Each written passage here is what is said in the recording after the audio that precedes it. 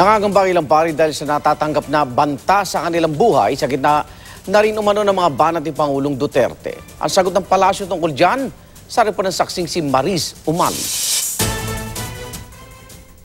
Kung hindi pa dahilan para pangambahan ang pag-aligid ng taong naka-face mask at sombrero sa Kalinga Center sa Maynila nitong Pebrero, etong mga text na natanggap ni Father Flavie Villanueva ilang araw bago yan nahulikam, mga pagbabanta at mura. Punong-puno ng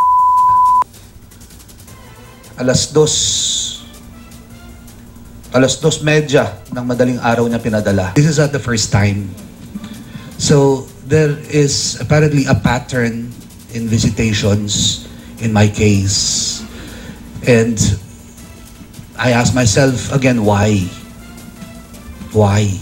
Masama ba itong ginagawa ko? Pati iba pang pari may natatanggap din daw na banta sa kanilang buhay. Grabe yung mga capital letters.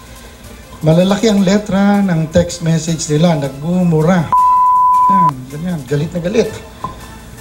Nagsasabing papatayin daw ako kapag hindi ko pinagbigyan ang gusto nila. Umiikot doon sa bahay namin, riding in tandem. May mga nagtitinda ng balot, hindi sumisigaw ng balot. Nakaupo lang doon, gabi. Lumantad sila dahil sa pangamba. Lalo 3 pari na ang pinatay sa loob lang ng 6 na buwan mula December 2017 hanggang June 2018. Yung mga threat talaga ay wala namang pirma. Ngayon, tinatanong mo kung may ebidensya. Siyempre may kutob kami na may kinalaman. Ang tinutukoy nila ang mga naging pahayag noon ni Pangulong Duterte. Pag dumaan niya ang obispo ni hold up pa yan, maraming pera. Patayin mo. Whatever he says, whether it sounds like a joke, becomes policy. Patayin yung mga obispo, that's policy. Patayin yung mga pare, that's policy. Hinala ng presidential spokesman galing ang mga banta sa mga gumagawa ng prank o kaya yung mga anti-Duterte troll na gusto raw siraan ng Pangulo. Baka rin daw may mga personal na kaaway ang mga pari. Madali rin daw magpadala ng banta sa text message kaya mahirap matunto ng source nito.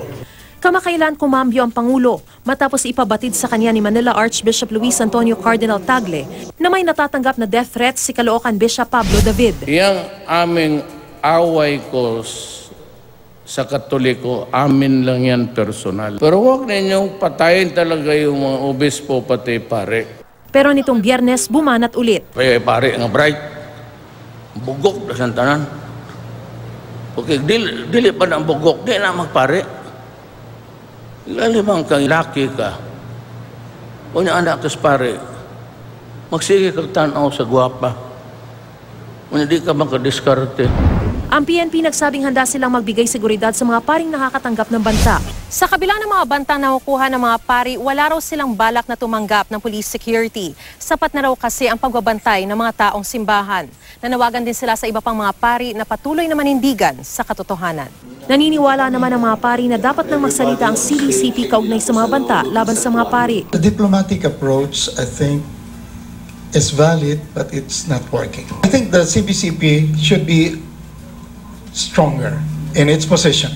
Sinisika pa naming makuha ang reaksyon ng CBCP. Ako si Maris Umali, ang inyong saksi.